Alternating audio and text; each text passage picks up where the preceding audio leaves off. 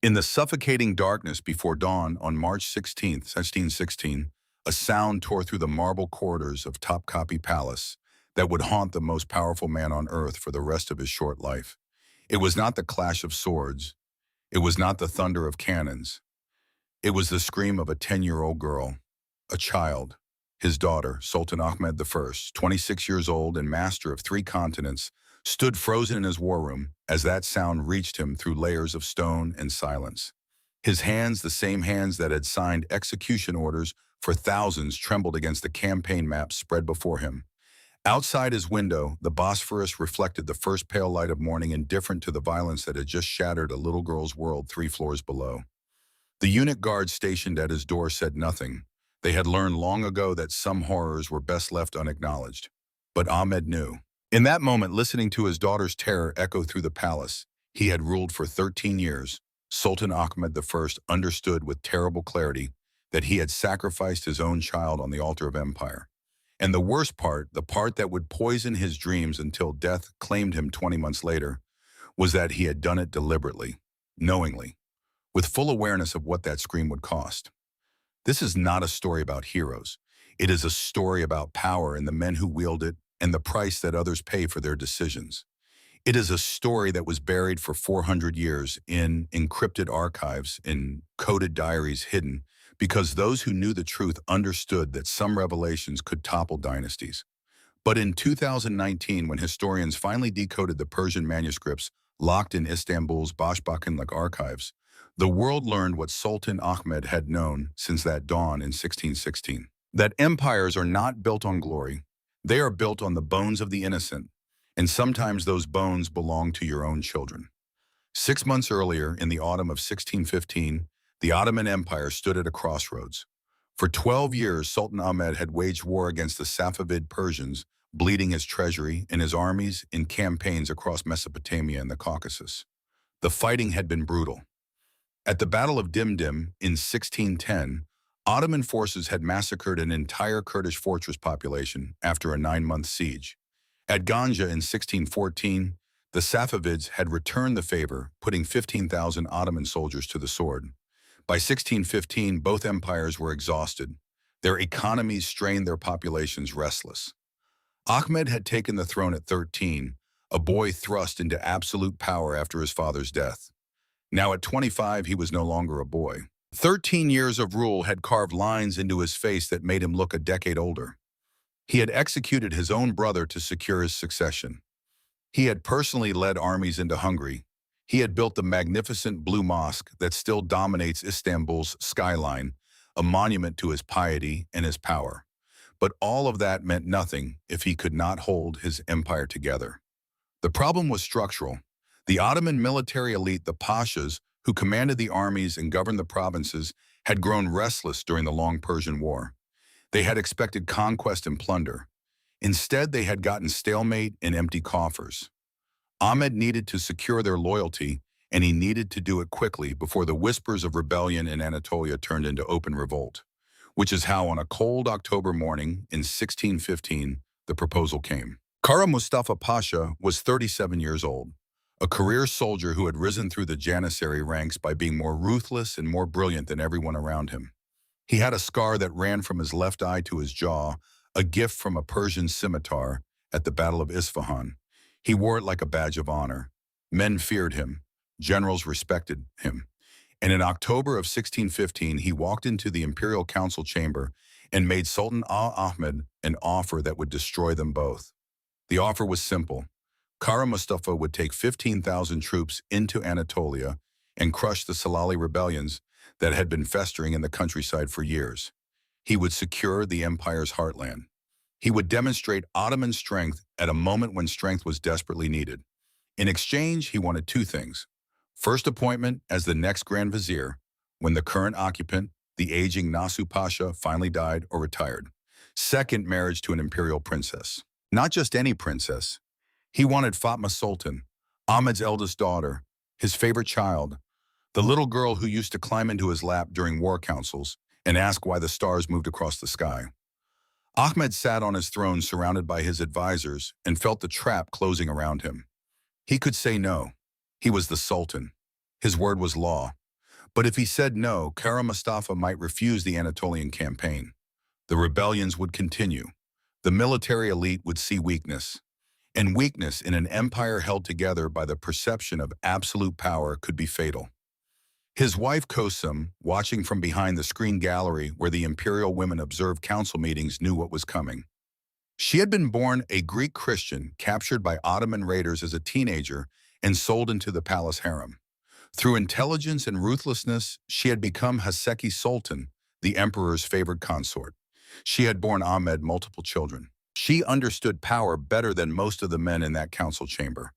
And she knew, watching her husband's face, that he was going to sacrifice their daughter. She also knew that if she tried to stop him, she would fail. The vote was 7-2 in favor of the marriage. Ahmed abstained. It was cowardice dressed up as wisdom, the act of a man who wanted to believe that if he didn't personally vote for his daughter's destruction, he was somehow not responsible for it. As if abstention was different from consent. As if silence was not complicity. When the council ended, Ahmed walked slowly back to his private chambers. Servants bowed as he passed. Guards saluted. Musicians in the gardens played soft melodies. Everything was exactly as it had always been. Except that Ahmed had just signed his daughter's death warrant, and everyone in the palace knew it except Fatma herself. She was 9 years old. Fatma Sultan had been born in the winter of 1606 when her father was 16 and still learning how to be emperor. She had been a beautiful baby with dark eyes that seemed to absorb everything around her, and she had grown into a child of unusual intelligence. By age 6, she could read Arabic and Persian. By 7, she was studying astronomy with the court scholars. By 9, she could recite entire chapters of poetry from memory and calculate the movements of celestial bodies with a precision that impressed men 3 times her age. Ahmed had educated her himself, something almost unheard of for an Ottoman princess. While her sisters learned embroidery and music, Fatma learned history and mathematics. Ahmed would take her to the observatory tower on clear nights, pointing out constellations and explaining the geometry of the heavens. She would ask him questions that he could not answer, and he would laugh and promise to find the answers in his library. He had imagined in those moments that he was preparing her for something more than the usual fate of an imperial daughter. He had thought foolishly that intelligence and education might somehow protect her, that if she was brilliant enough, the empire might find some use for her beyond being a bargaining chip in political marriages. He had been wrong. When Ahmed told her about the marriage, Fatma did not cry. She was sitting in her mother's apartments, surrounded by silk cushions and gilded screens, playing with an astrolabe that her father had given her for her last birthday. He knelt down beside her, something sultans did not do, and took her small hands in his. "You are going to be married," he said. She looked at him with those dark, intelligent eyes. "When?" she asked. "Next spring, March." "To who?" "Kara Mustafa Pasha. He is a great general, a hero of the empire." She was quiet for a long moment, turning the astrolabe over in her hands. "Father," she said finally, "do I have to go?" And Ahmed, who commanded armies and administered justice and held the power of life and death over 20 million souls, found that he could not answer his 9-year-old daughter's simple question. Because the truth was no, she did not have to go. He could stop this. He could refuse the marriage. He could find another way to secure Kara Mustafa's loyalty, but doing so would require him to put his daughter's welfare above the empire's needs, and that was a choice that sultans were not permitted to make. So instead, he lied. "It will be an adventure," he told her. "You will have your own palace, your own household. You will be one of the most important women in the empire." Fatma looked at him for a long moment, and in that look, Ahmed saw that she knew he was lying. She was 9, but she was not stupid. She had lived in the imperial harem her entire life. She had heard the whispered stories of other princesses who had been married off to secure alliances. She knew that adventure was a word men used when they meant sacrifice. But she was also 9, and she loved her father, and she wanted to believe that he would not hurt her. "Will you visit me?" she asked. "Of course," Ahmed said, adding another lie to the growing pile. "Whenever I can." She nodded slowly, then returned her attention to the astrolabe. The conversation was over.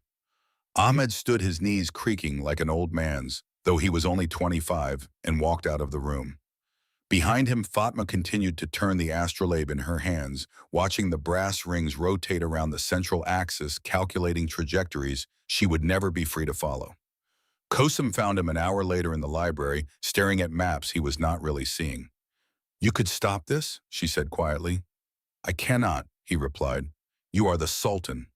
"I am the Sultan," he agreed, "which means I serve the empire first, always. She is your daughter." "I know. She is 9 years old." "I know that too." Kosum was silent for a moment, then asked the question that neither of them wanted to answer. "Do you know what they will do to her, the training?" Ahmed closed his eyes. "I know. And you are allowing it anyway."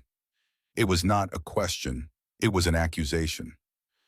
"If I make an exception for my daughter," Ahmed said slowly, "I admit that the system is wrong. If the system is wrong, then what about the 50 princesses before her? What about their suffering? Was that meaningless? Was that avoidable?" "Yes," Kusum said simply. "Then I am a monster," Ahmed said. "And my father was a monster, and his father before him, and every sultan who has ever sat on this throne." "Yes," Kusum repeated. Ahmed opened his eyes and looked at his wife. She was beautiful even now, even with tears running down her face. He wanted to tell her that he was sorry. He wanted to tell her that he would stop this madness. But he had spent 13 years learning that empires were not built on sentiment, and he could not unlearn that lesson now. "Take care of her," he said instead, "in the time she has left." Kosum turned and left without another word. Behind her, Ahmed sat alone among his maps and manuscripts, master of everything and protector of nothing. The system that was about to consume Fatma had been perfected over nearly 2 centuries.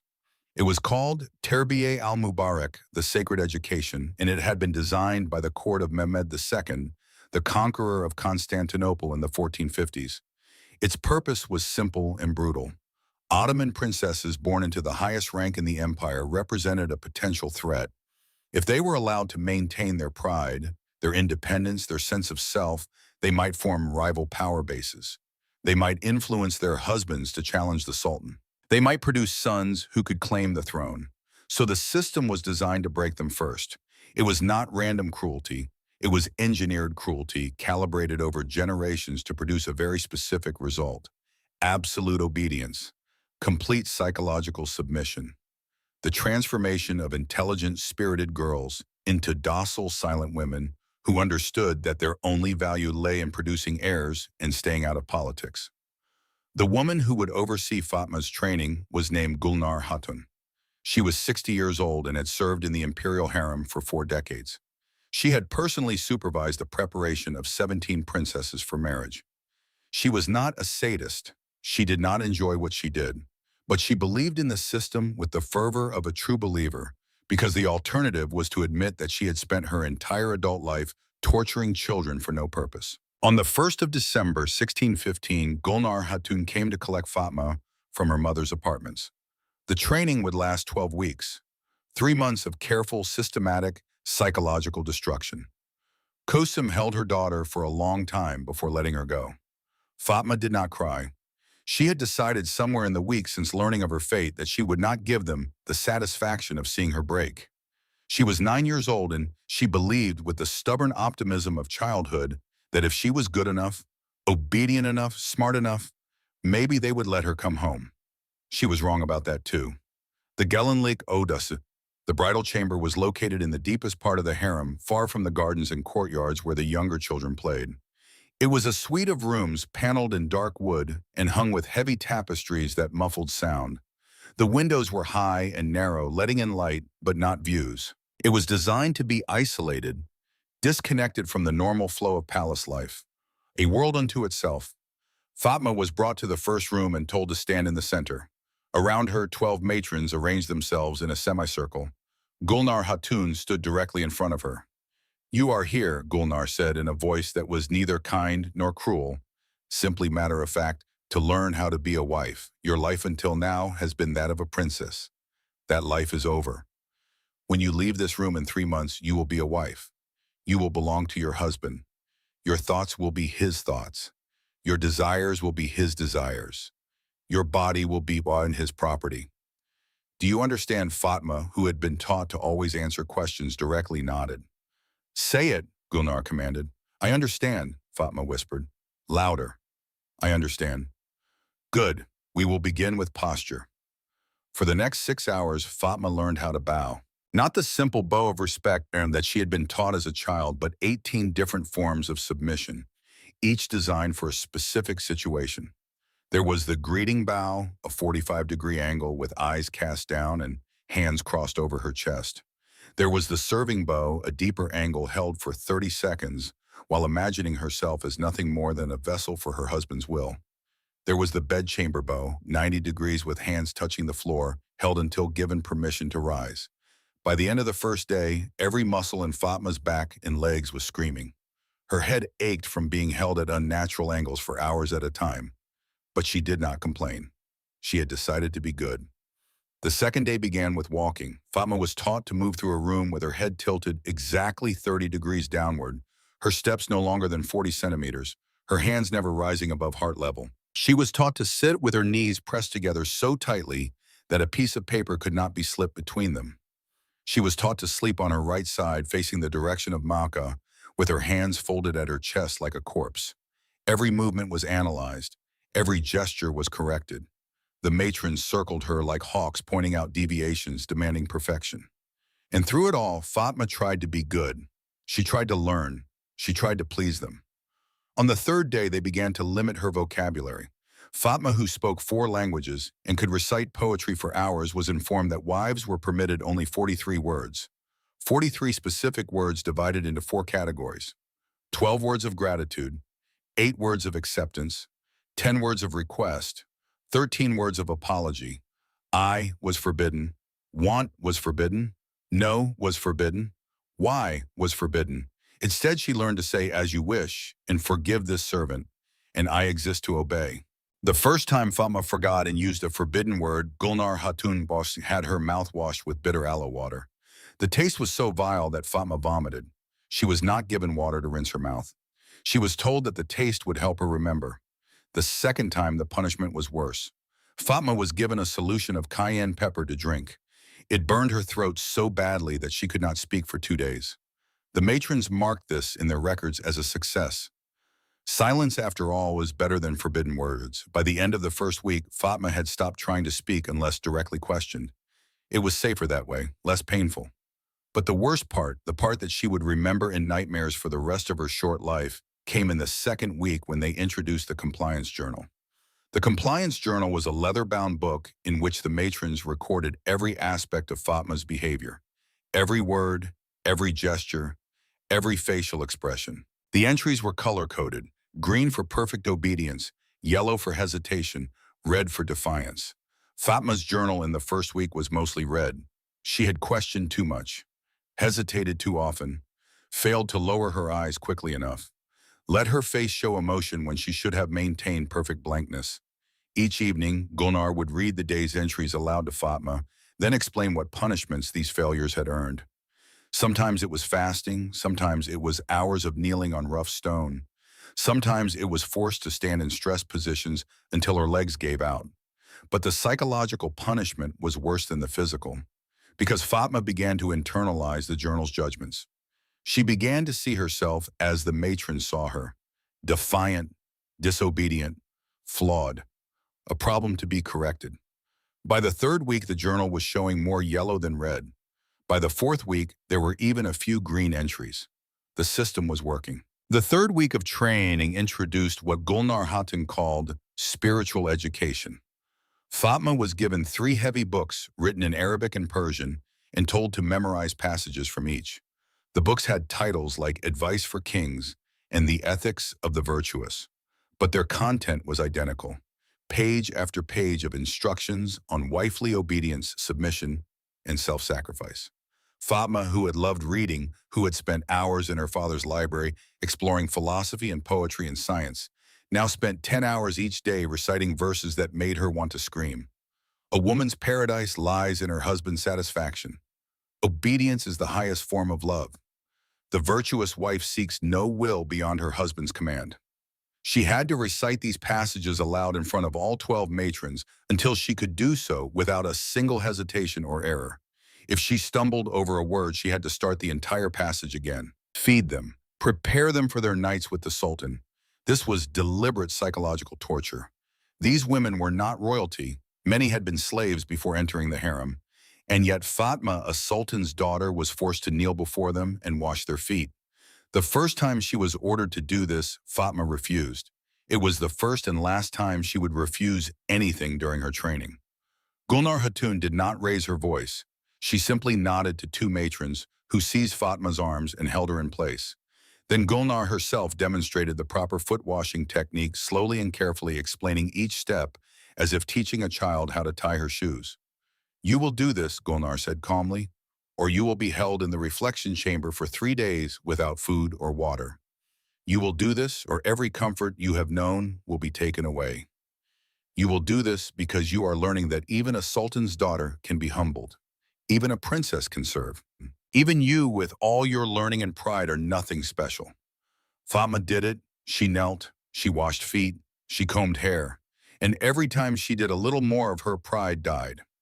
One of the concubines, a woman named Mahfouz, who had never liked Kosum, and by extension disliked Fatma, seemed to take particular pleasure in the reversal. She would deliberately mess her hair after Fatma had spent an hour arranging it, then order her to start over. She would criticize every action, every gesture, making sure that Fatma understood that she was the servant and Mahfouz was the mistress. "Your mother may be Haseki Sultan," Mahfouz said once, watching Fatma arrange her jewelry, "but you are just another girl being prepared for a man's use. Remember that." Fatma said nothing. She had learned that lesson well. Silence was safety. But that night, alone in her chamber, she broke down. For the first time since entering training, she allowed herself to cry. Great racking sobbed that she muffled in her pillow so the matrons would not hear. She cried for the library she would never see again, for the stars she would never study, for the father who had sent her here, for the person she had been and was ceasing to be. When the crying finally stopped, she felt empty, hollow. And in that hollowness, she understood something terrible. The system was working. She was being erased. And part of her was beginning to believe that she deserved it. The 5th week brought a new element to the training. A young cleaning girl named Zainab, 16 years old, and sympathetic to Fatma's suffering, began sneaking small kindnesses. An extra portion of food, a smile when no one was looking. Once daringly, she brought Fatma a small piece of paper and a charcoal pencil. Fatma had not held writing materials in over a month. Her fingers trembled as she took them. That night, hidden beneath her sleeping mat, she wrote 3 lines in Persian. "I am Fatma Sultan. I am 9 years old. I still exist." It was an act of resistance, so small as to be almost meaningless. But it was resistance nonetheless. Proof that somewhere beneath the layers of training and conditioning, some small part of her original self still survived. She hid the paper inside the spine of one of the religious texts she was required to study. For 3 days, it was her secret treasure. Proof that she was more than what they were making her. Then the matrons found it during a random inspection. Gulnar Hatun read the 3 lines aloud to the assembled matrons, and then slowly and deliberately burned the paper while Fatma watched. "You are not Fatma Sultan anymore," Gulnar said, her voice still maddeningly calm. "That girl is gone. You are a bride, a vessel, a servant. The sooner you accept this, the less you will suffer." Zainab was dragged in, forced to kneel beside Fatma. She was beaten with a cane across her back, 10 strikes, while Fatma was made to watch. Then she was dismissed from palace service and sent away. Fatma never saw her again. The message was clear. Friendship was forbidden. Kindness was weakness. Resistance, no matter how small, would be crushed. After Zainab was taken away, Fatma was placed in the reflection chamber. It was a room no larger than 2 meters by 2 meters, completely dark, with no furniture except a prayer mat. She was given water but no food. She would remain there for 48 hours. In the darkness, Fatma began to hallucinate from hunger and isolation. She saw stars on the ceiling that were not there. She heard her father's voice calling her name. She felt her mother's arms around her. None of it was real. When they finally released her, she was so weak that she could barely stand. The matrons had to carry her to the bathing chamber and wash her like an infant. She did not resist. She did not speak. She simply existed, passive and hollow. Her compliance journal that week showed green for every single entry. Perfect obedience. Complete submission. Gulnar Hatun noted this in her report to the Grand Vizier with satisfaction. The Sultan's daughter had been successfully broken. the training could move to its final phase. The final phase began in the 6th week and would last until the wedding. It was called Talim Layl, the night practice, and it took place in chambers beneath the harem that Fatma had never known existed. She was brought down a narrow staircase lit by oil lamps that cast flickering shadows on stone walls. The air smelled of incense and something else, something medicinal and slightly sweet. At the bottom of the stairs was a heavy wooden door with brass fittings. Gulnar opened it and led Fatma inside. The room was a perfect replica of a bridal chamber. Silk hangings, Persian carpets, a large bed with carved posts. But something about it felt wrong. The drugs helped. Every morning now, Fatma was given what the matrons called calming tea. It was made with poppy extract, valerian root, and mandrake substances that made her feel disconnected from her own body. She would float through the sessions as if watching them happen to someone else. The wax figure, the instructions, the corrections. All of it felt distant, unreal, like a nightmare she could not wake from. She began to develop a technique for surviving. She would leave her body mentally imagining herself back in the observatory with her father counting stars. While the matrons gave their instructions and the physicians recorded their observations, Fatma would be somewhere else entirely, somewhere safe and distant and untouchable. The physicians had a name for this. They called it soul departure. They noted it in their records as a positive sign. It meant that the training was working. The girl was learning to separate herself from her physical experiences, which would make the actual wedding night easier to endure. By the 8th week, Fatma no longer recognized herself in the mirrors that lined the practice chamber. The girl looking back at her had vacant eyes and a blank expression. She moved when told to move, spoke when told to speak, performed when told to perform, but there was no one home behind those eyes anymore. Meanwhile, in the world beyond the Gaelinlik Odası, Kara Mustafa Pasha was having his own crisis of conscience. The general had spent the months of November and December 1615 crushing the Salali rebellions in Anatolia with his characteristic efficiency. 15,000 troops under his command had swept through the countryside, putting down resistance and executing ringleaders. By January 1616, the rebellion was over. Kara Mustafa returned to Constantinople, a hero praised in the mosques and celebrated in the streets. But something was bothering him. An intercepted message from the palace had reached him in late December. It had been meant for the cleaning girl Zeynep from her brother, who served in Kara Mustafa's own Janissary unit. The message contained a warning from Princess Fatma about something called the training. The details were vague, written in code that the military censors could not fully decipher. But the tone was clear. Fear, desperation, a plea for help. Kara Mustafa had ordered the message destroyed and thought nothing more of it, but it had planted a seed of doubt. In January, returned to the capital, he began asking questions. Quietly at first over drinks with older generals, then more directly. What happened to the princesses before their weddings? What was this training he had heard whispers about? Most of the men he asked changed the subject or gave vague, uncomfortable answers. But one man, a 70-year-old general named Halil Pasha, who had married an imperial princess 40 years earlier, told him the truth. They break them, Halil said, his voice rough with age and regret. Systematically, deliberately, they take girls who are proud and intelligent and they destroy everything that makes them human. And then they give us the shells and tell us to make wives of them. Kara Mustafa stared at the old man. You allowed this. I did not know until it was too late, Halil said. And by then, what could I do? The empire had given me a wife. The empire expected me to accept her and produce heirs, so I did. And I watched her die a little more each day for 20 years until she finally had the mercy to actually die and end her suffering. Why did no one stop it? Halil laughed a bitter sound. Stop it. It is the system. It has been the system for 200 years. You think you are the first man to question it?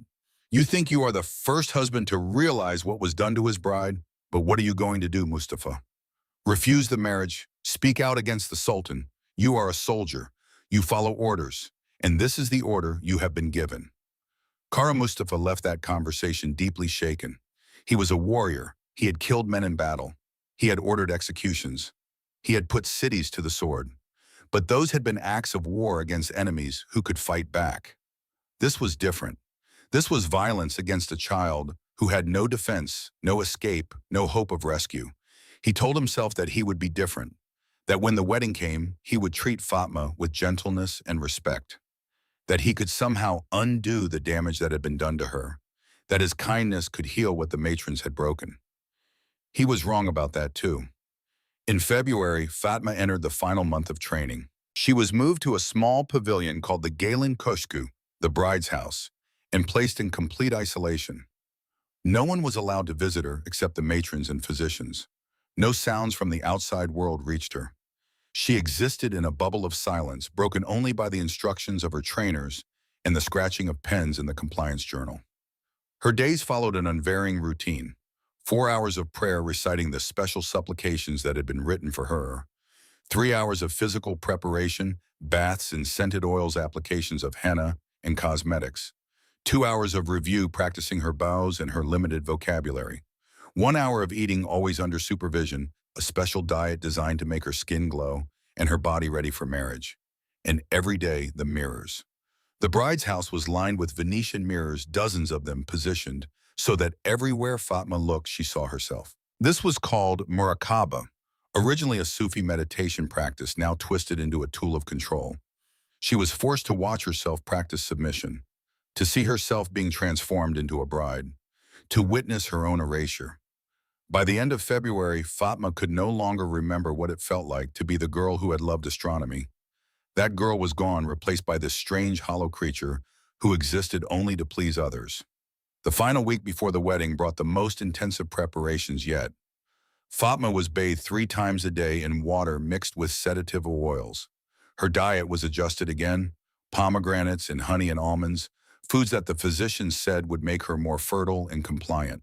She was dressed and undressed countless times, the matrons adjusting every fold of fabric, every piece of jewelry, making sure that on the wedding day itself, nothing would be left to chance. And every evening, Gulnar Hatun would sit with her and explain in that same calm clinical voice exactly what would be expected of her on the wedding night. The explanations were detailed, explicit, designed to prepare Fatma for what was coming, while also ensuring that she understood her role as passive recipient, never active participant. Fatma listened with the same blank expression she wore for everything now. She did not ask questions. She did not show fear.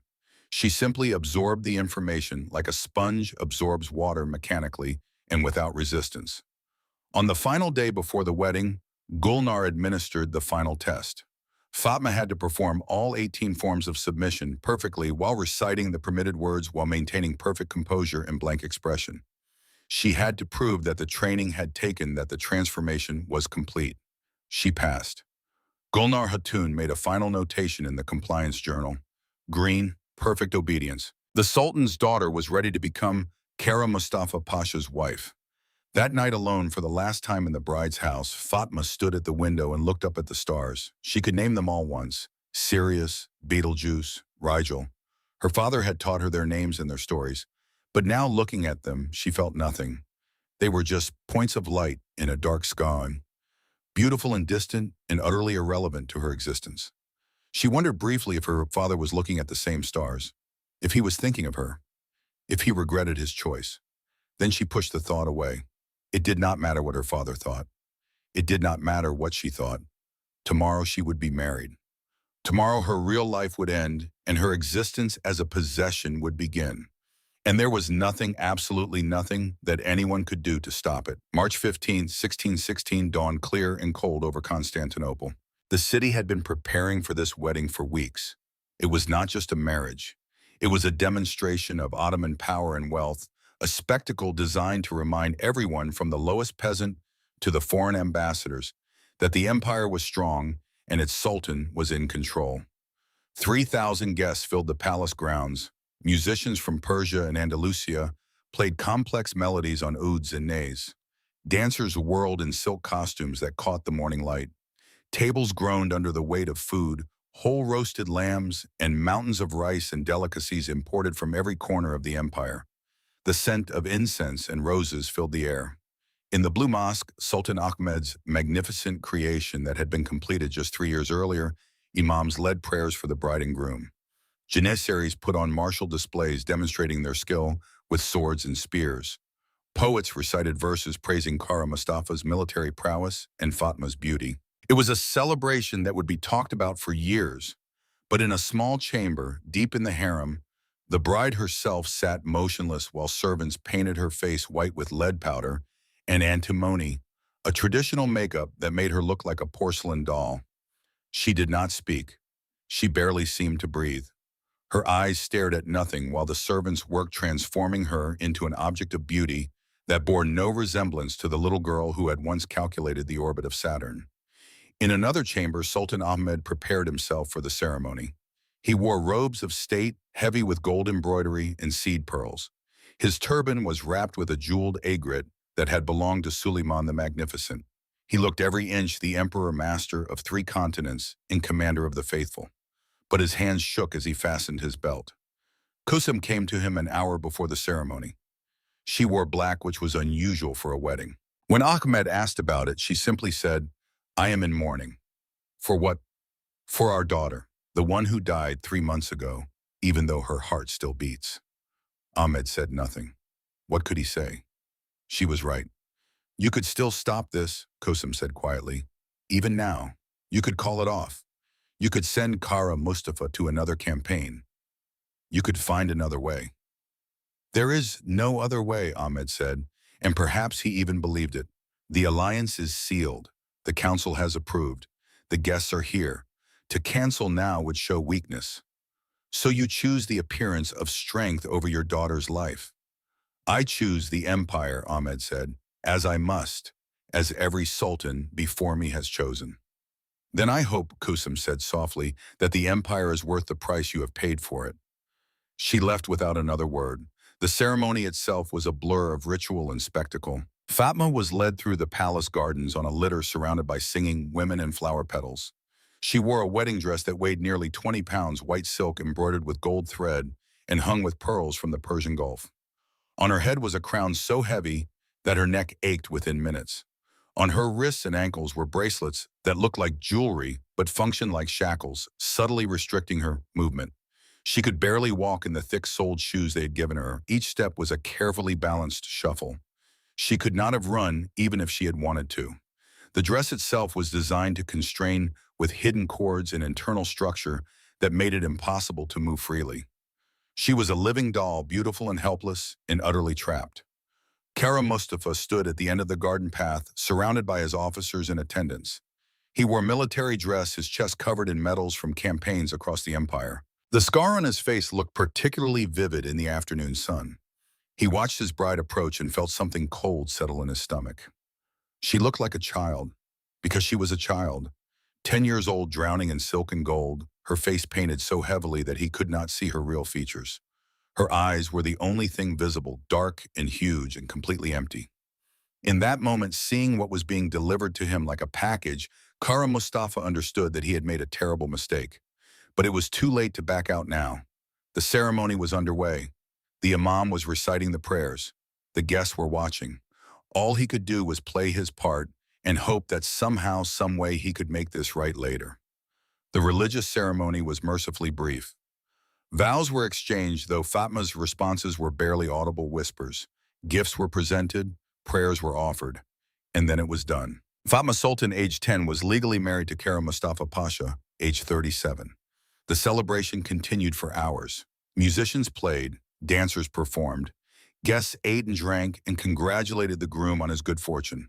Sultan Ahmed sat on his throne and accepted praise for the magnificent wedding he had provided. He smiled and nodded and played his role perfectly. But inside, he felt like he was dying. He watched his daughter being led away toward the bridal pavilion as the sun set.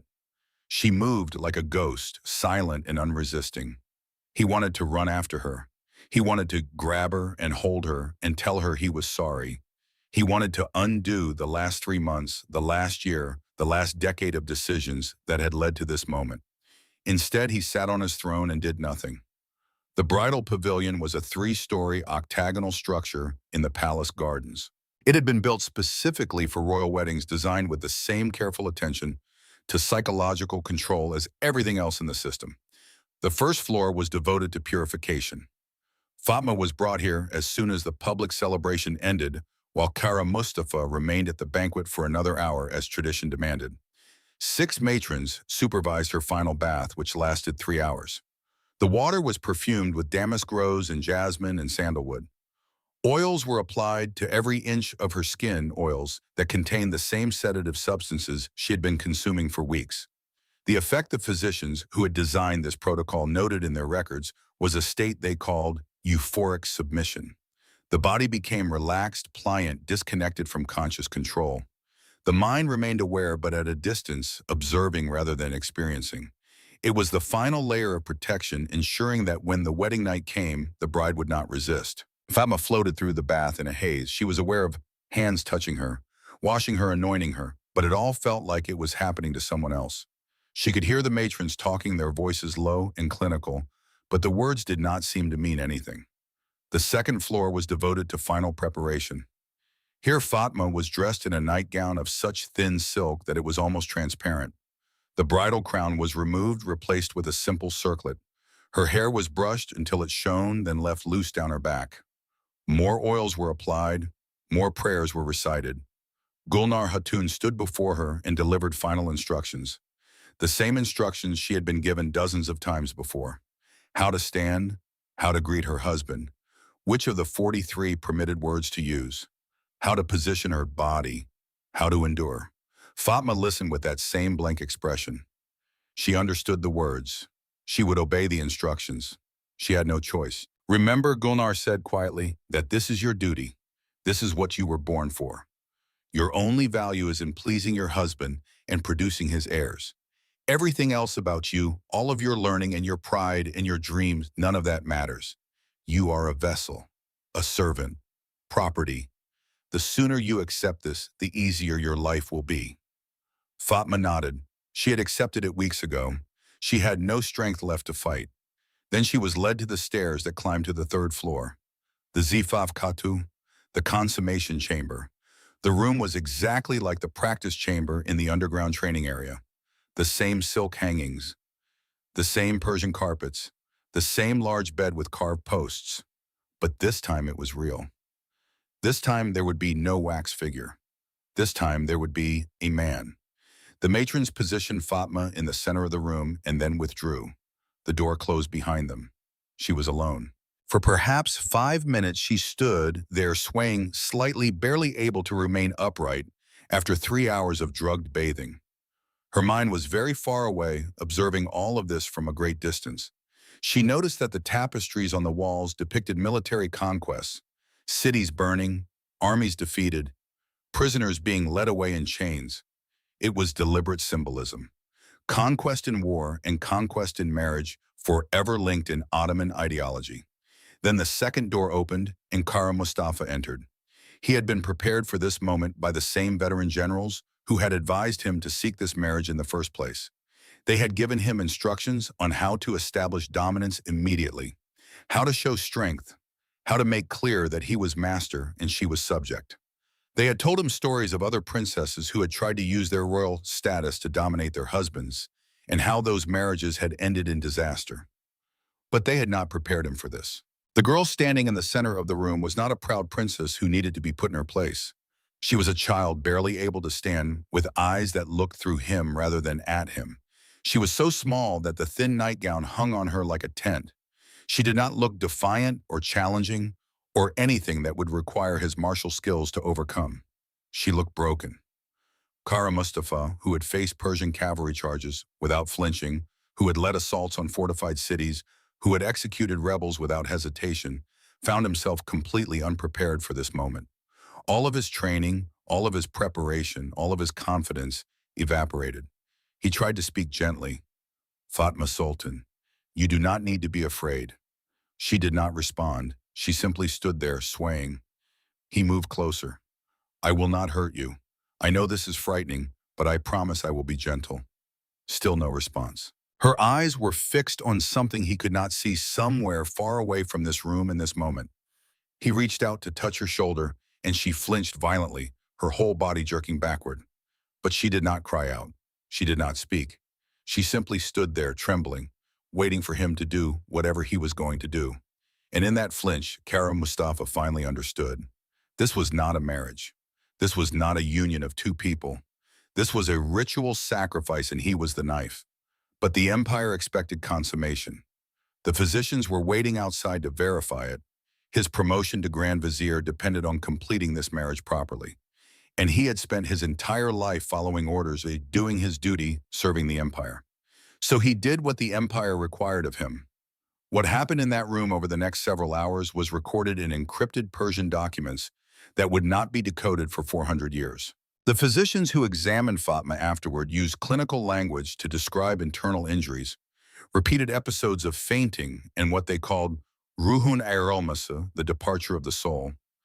Kara Mustafa himself never spoke of it to anyone, but in letters discovered after his death, he wrote, "I destroyed a child to gain power, and the power has turned to ashes in my mouth." At dawn, the scream that opened this story tore through the palace. It was not a scream of physical pain, though there was that too. It was the sound of a mind breaking of a child suddenly coming back to awareness and realizing what had been done to her.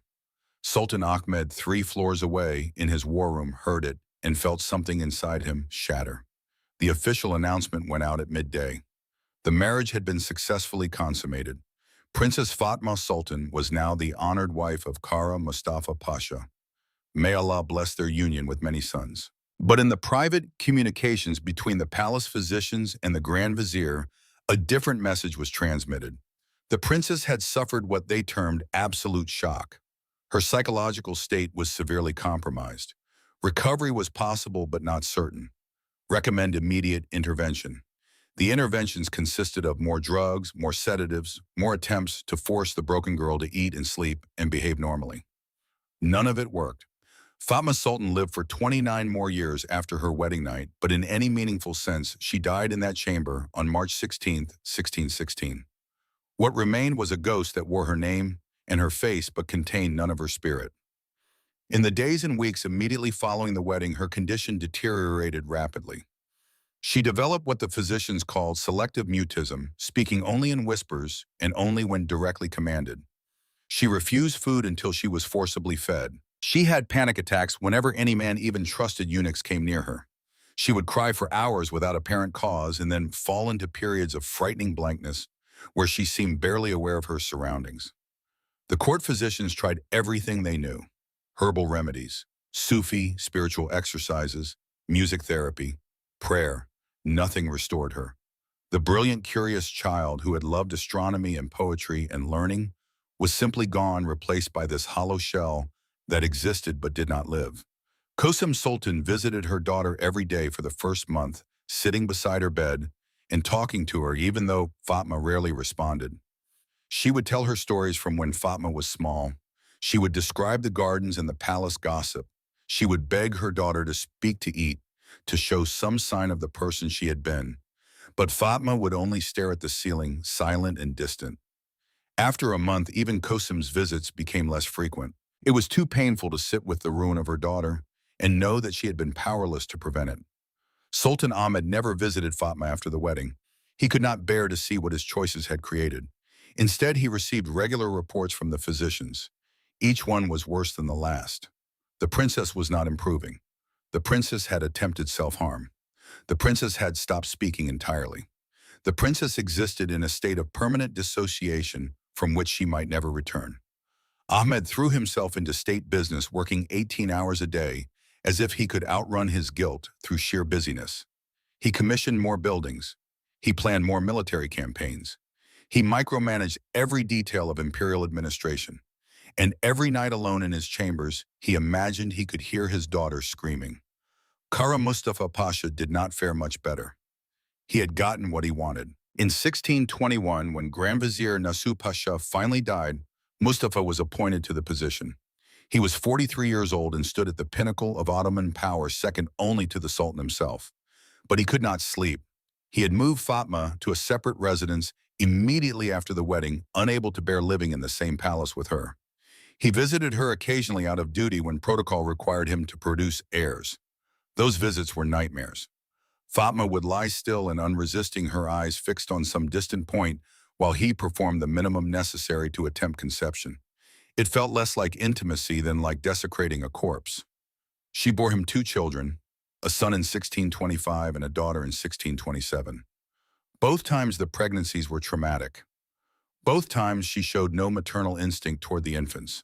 They were taken immediately by wet nurses and raised in separate quarters. Fatma never asked about them. After the second birth, Mustafa stopped visiting her entirely. He told himself it was mercy. In reality, it was cowardice. He could not face what he had done. He sought escape in work and military campaigns, in the exercise of power. But the guilt followed him everywhere. He began using opium first, occasionally, then regularly, then constantly. It was the only thing that let him sleep without nightmares. His letters from this period, discovered in archives centuries later, reveal a man being eaten alive by remorse. "I was given a brilliant star and crushed it to dust with my bare hands," he wrote to a friend in 1628. "I thought I was claiming a prize. Instead, I destroyed the only innocent thing I have ever touched." In 1632, Kara Mustafa Pasha died during a military campaign in Poland. The official report said he was killed in battle. But soldiers who were there whispered that he had ridden directly into enemy fire, making no attempt to defend himself. Whether it was suicide or simply a death wish fulfilled, no one could say for certain. Sultan Ahmed I did not live to see Mustafa's death. The Sultan, who had taken the throne at 13 and ruled through wars and rebellions and political crises, died on November 22, 1617, at the age of 27. The official cause was typhus. But those close to him said he had been dying slowly ever since his daughter's wedding, his health declining in pace with his spirit. On his deathbed, Ahmed called for Fatma. Messengers were sent to her residence. They returned with the news that she refused to come, or perhaps could not come. By that point, she rarely left her chambers at all. Ahmed's last words recorded by the imam at his bedside were, "Forgive me, my daughter." There is no record that she ever did. After Ahmed's death, his brother Mustafa briefly took the throne, then Ahmed's young son Osman II. The empire continued as empires do, indifferent to the individual tragedies that accumulated in its wake. Fatma Sultan lived in her separate residence for 28 more years. She was maintained at royal expense, given servants and beautiful clothes and every material comfort. She attended occasional state functions when protocol absolutely demanded it, always silent, always distant. She produced no more children after 1627. She never learned to smile again. Those who saw her in her later years said she had the eyes of a very old woman even when she was still young. She never regained her love of learning. The astronomy books that had once been her treasures remained locked in a trunk untouched.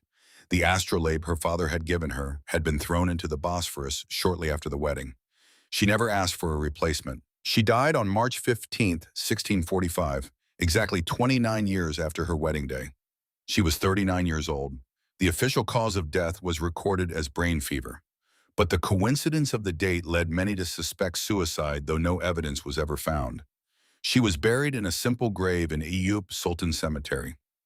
The inscription read, "Fatma Sultan, daughter of Ahmed, the first wife of Kara Mustafa Pasha."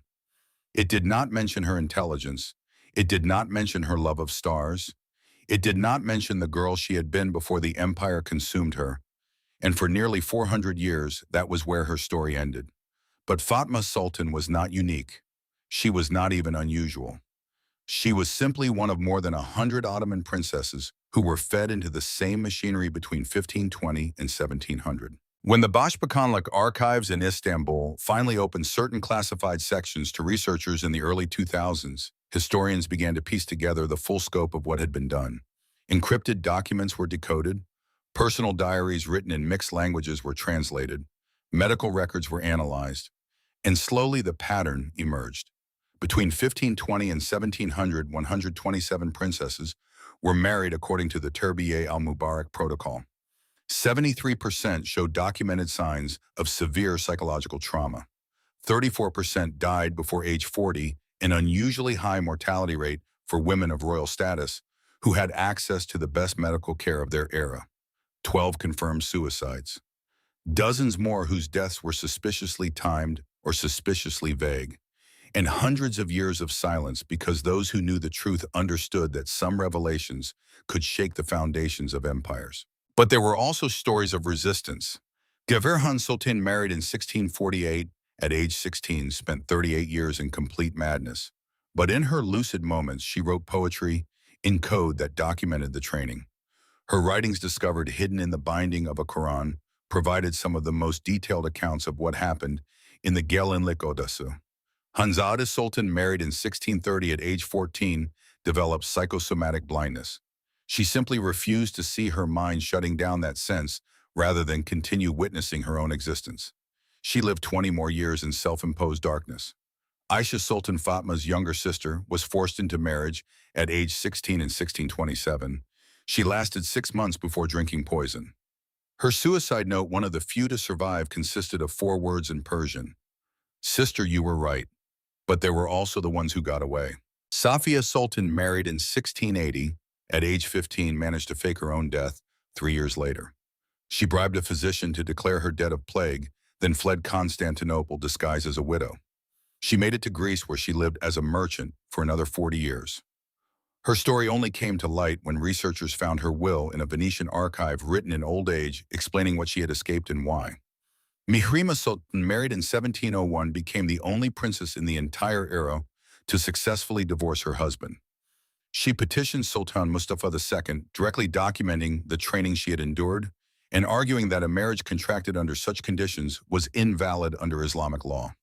Her petition was denied 3 times before finally being accepted in 1709. She lived independently for another 30 years, never remarrying, dedicating her life to charitable works in the quiet subversion of the system that had tried to destroy her. And there were the underground networks, embroidered messages passed between princesses in different households, poetry written in mixed languages that looked like religious devotion but actually contained warnings and support. Secret codes developed to communicate past the censors and watchers. Sympathetic eunuchs who carried messages between isolated women, risking punishment to maintain these fragile threads of connection. Even in the darkest system, resistance flickered. Small, fragile, often futile, but present. The system itself continued until the Ottoman Empire fell in 1922. The last princess married according to the old protocol was wed in 1918, 4 years before the empire's dissolution. There is no record of what happened to her. The question that haunts anyone who studies this history is simple. Why? Why did it continue for so long? How could an empire that produced magnificent art and architecture and literature, that preserved classical learning through the Dark Ages, that built one of the most sophisticated administrative systems in history, how could that same empire systematically torture its own daughters for 400 years? The answer is both simple and terrible. Because it worked. The system achieved exactly what it was designed to achieve. It prevented royal princesses from becoming independent power bases. It ensured their absolute loyalty to their husbands. It kept them out of politics. It turned potential rivals into docile producers of heirs. And it continued because responsibility was distributed. No single person could be blamed. The Sultan approved but did not implement. The Grand Vizier implemented but did not design. The matrons followed protocols that had been developed over generations. The physicians kept clinical records. The religious scholars provided theological justification. Everyone was just doing their job. This is how systematic evil functions. Not through extraordinary villainy, but through ordinary bureaucracy. Not through monsters, but through people who convince themselves that they are just following orders, maintaining traditions, serving the greater good. Sultan Ahmed I was not a monster. He loved his daughter, but he loved empire more, or thought he did, or thought he had to. And so he fed Fatma to the system and told himself it was necessary. Kara Mustafa Pasha was not a monster. He was a soldier who thought he could overcome the system through personal kindness. He learned too late that individual goodness cannot fix structural evil. And so he destroyed a child and spent the rest of his life trying to forget what he had done. Gulnar Hatun was not a monster. She genuinely believed she was helping princesses, preparing them for lives they could not avoid, making the inevitable easier to bear.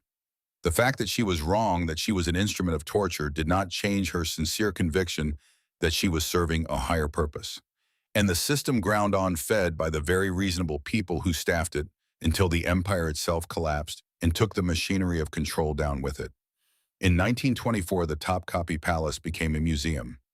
The Gelinlik Odası, where Fatma and dozens of others had been broken, was open to tourists. For decades, visitors walked through those rooms with no idea what had happened there. The plaques talked about bride preparation and traditional customs. The guides spoke of honor and duty and the marriages that secured alliances. No one mentioned the screams. In 1950, some of the archives began to open. Historians started asking questions. In the 1970s, feminist scholars began specifically researching the lives of Ottoman women, pushing past the sanitized official histories. In the 1990s, the first academic papers appeared, suggesting that the marriage protocols might have been traumatic for the princesses involved. But it was not until 2019 when Dr. Ayşe Börekçi of Istanbul University decoded a cache of Persian documents that had been classified since the 17th century that the full scope became clear. Her paper published in the Journal of Ottoman Studies was titled The Wedding Night Horror Systematic Abuse in Imperial Marriage Preparation 1520 to 1918. It went viral. International media picked it up. For weeks, the story of Fatma Sultan and the others like her dominated headlines around the world. People were horrified, outraged. How could this have happened? How could no one have known? How could it have continued for so long? The answers to those questions are uncomfortable. It happened because power without accountability becomes tyranny. It continued because good people remained silent. It stayed hidden because those who knew had reasons to keep quiet, and those who might have spoken were silenced. And it is not unique to the Ottoman Empire. Similar patterns have been found in Chinese imperial court records, in Russian Tsarist archives, in European royal marriages where young girls were sent to foreign courts and forbidden to speak their native languages or maintain contact with their families. The details vary, the methods differ, but the underlying reality is the same. Throughout history, women and children have been treated as property, as pawns, as tools to be used by those in power. And throughout history, systems have been developed to ensure their compliance. Some of those systems were subtle, operating through social pressure and economic dependence. Others, like the Ottoman Terbiye al-Mubarak, were explicit and brutal. But all of them relied on the same mechanism: silence. The silence of victims who had no voice. The silence of witnesses who looked away. The silence of participants who told themselves they were just following orders. The silence of historians who wrote the official records that erased uncomfortable truths. That silence has been broken now. Fatma's scream, echoing across 400 years, has finally been heard. But the question remains: what will we do with what we have learned? In 2021, the Topkapi Palace Museum opened a new permanent exhibition titled Hidden Lives Ottoman Imperial Women. It includes sections on the Gelinlik Odası, complete with translations of the training, protocols, and testimonies from the princesses themselves. Visitors can see Fatma's compliance journal with its green and red and yellow notations. They can read excerpts from her coded diary, the 3 lines she wrote that got Zeynep beaten. They can see the wedding dress she wore, still preserved, 20 pounds of silk and gold, that was designed to be a beautiful prison. The exhibition is controversial in Turkey. Some see it as airing dirty laundry, as Western propaganda designed to make the Ottoman Empire look barbaric. Others see it as necessary truth-telling, as confronting a past that has been hidden for too long. But everyone who walks through that exhibition leaves changed. Because once you understand what was done to Fatma, to Geverhan, to Ayşe, to all the others, you cannot unknow it. You cannot pretend that empires are built only on glory. You cannot ignore the cost that others paid for the power of the few. Today in Eyüp Sultan Cemetery, Fatma's grave receives visitors, mostly women. They leave flowers and whispered prayers. Some leave notes written on small pieces of paper and tucked into the cracks of the headstone. Your suffering was not forgotten. We hear you now. Rest in peace, little star. The cemetery groundskeeper collects these notes periodically. There are hundreds of them, thousands, from women all over the world who have come to pay respects to a girl who died 400 years ago, but whose story still resonates. Because Fatma's story is not just about the Ottoman Empire. It is about every system that treats human beings as objects. It is about every father who sacrifices his children for ambition. It is about every person who follows orders without questioning whether those orders are just. It is about every society that maintains its structure through the suffering of the powerless. And it is about the responsibility that comes with knowing. Sultan Ahmed I died at 27, poisoned by guilt over a decision he could have made differently. He told himself he had no choice. He told himself empire demanded sacrifice. He told himself that his daughter's suffering is necessary for the greater good. He was wrong. There is always a choice. The choice may be costly. It may require courage. It may mean losing power or status or security, but it exists. Ahmed could have refused to marry Fatma to Kara Mustafa. He could have found another way to secure loyalty. He could have reformed the marriage system. He could have used his absolute power to protect his child instead of sacrificing her. He chose not to. And he spent his last years understanding that his choice had been cowardice dressed up as duty. Kara Mustafa could have refused the marriage. He could have spoken out against the training protocols. He could have sacrificed his career rather than participate in the destruction of a child. He chose not to, and he spent his last years seeking death as an escape from what he had done. Gulnar Hatun could have questioned the system she served. She could have documented what she saw and submitted it to religious scholars for review. She could have refused to participate in child abuse, even if it cost her position. She chose not to, and she died believing she had served honorably, never understanding that she had been an instrument of torture.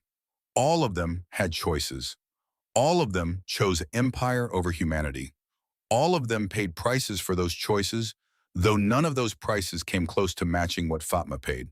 And that is the final lesson of this story. The cost of oppression is always borne most heavily by the oppressed. But the oppressors pay too in guilt and shame and the knowledge of what they have done. Evil diminishes everyone it touches, victims and perpetrators alike. The Ottoman Empire lasted 623 years. At its height, it controlled territory spanning 3 continents.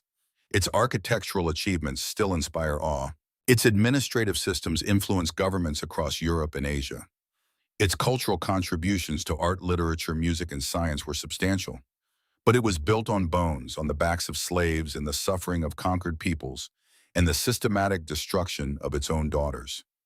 And when the empire finally fell, when the last sultan abdicated and the Turkish Republic rose from the ruins, one of the first things the new government did was abolish the old marriage protocols. Too late for Fatma, too late for the 127 princesses who had gone before, but not too late to ensure that no more children would be fed into that machinery.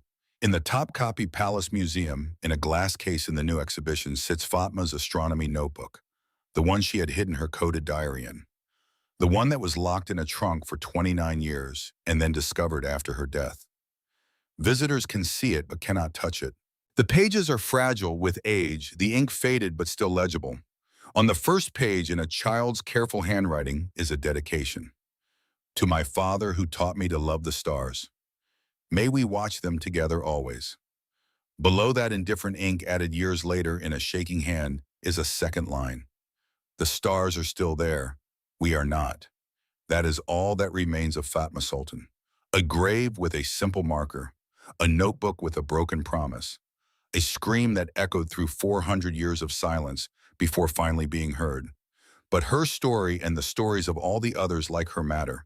They matter because they remind us that power without accountability becomes tyranny, that systems can be evil even when individuals within them are not monsters. That silence is complicity, that there is always a choice even when that choice is costly. They matter because the mechanisms that destroyed Fatma still exist in different forms in different places, operating through different methods, but serving the same purpose. The silencing of the powerless, the treatment of human beings as property, the sacrifice of individuals for the supposed good of systems. And they matter because remembering is resistance. Every time someone learns Fatma's story, every time someone visits her grave, every time someone refuses to accept that suffering is necessary or inevitable or acceptable, the silence breaks a little more. The Ottoman Empire is gone. The Gelinlik Odası is a museum. The matrons and physicians and architects of that system are long dead. But the choice that Sultan Ahmed faced still exists. The choice between protecting the powerless or serving the powerful. Between individual humanity and systemic demands. Between courage and cowardice. Every generation faces that choice in different forms. Every person in power faces it multiple times. And the answer we give determines what kind of world we build. 400 years ago, a little girl who loved astronomy was systematically destroyed by the empire her father ruled. She screamed once and then spent the rest of her short life in silence. Now finally her scream has been heard. The question is, what will we do with what we have learned? Will we look away comfortable in our distance from events so long past? Will we tell ourselves that things are different now, that such horrors could not happen in our enlightened age? Or will we recognize that the same dynamics still operate? That power still corrupts, that systems still destroy, that silence still enables? Will we commit to breaking our own silences, to questioning our own systems, to choosing humanity over convenience? The choice, as always, is ours. Fatma Sultan cannot answer that question. She has been silent for nearly 400 years. But her story speaks. And if we have the courage to listen, it tells us everything we need to know about the price of power, the cost of silence, and the responsibility that comes with knowing. The stars she loved are still visible over Istanbul on clear nights. They trace the same paths they did when she was 9 years old calculating orbits in her father's observatory. They are beautiful and distant and utterly indifferent to human suffering. But we are not stars. We are people, and people have choices. May we choose more wisely than those who came before.